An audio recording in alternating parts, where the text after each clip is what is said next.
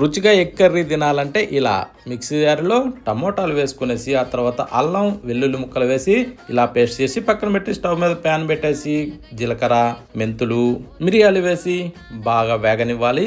ఇలా వేగిన తర్వాత స్టవ్ ఆఫ్ చేసి చల్లారనిచ్చి రోట్లో వేసి ఇలా మెత్తగా పొడిగొట్టి బౌల్లో వేసి పక్కన పెట్టి స్టవ్ మీద ప్యాన్ పెట్టి నూనె పోసి తాలింపు గింజలు పచ్చిమిరపకాయలు వేసి ఆ తర్వాత ఉల్లిగడ్డ ముక్కలు కూడా వేసుకునేసి ఇలా కలర్ వచ్చేదాకా వేగనివ్వాలి. కొంచెం కరివేపాకు వేసి ఆ తర్వాత కారం వేసుకొని చిటికెడు పసుపు సాల్ట్ వేసుకునేసి ఇలా కలిపిన తర్వాత టమోటా పేస్ట్ కూడా వేసి ఇలా బాగా వేగనివ్వాలి. ఇలా వేగిన తర్వాత చింతపండు నీళ్ళని దాంట్లో పోసేసుకొని సాల్ట్ వేసి బాగా ఉడకనిచ్చి ఆ తర్వాత పచ్చి కోడిగుడ్లని కొట్టి దాంట్లో పోసుకోవాలి. ఇలా పోసిన తర్వాత ఇప్పుడు మూత పెట్టి కొంచెం సేపు ఉడికిన తర్వాత ఇలా తిరగేసుకోవాలి.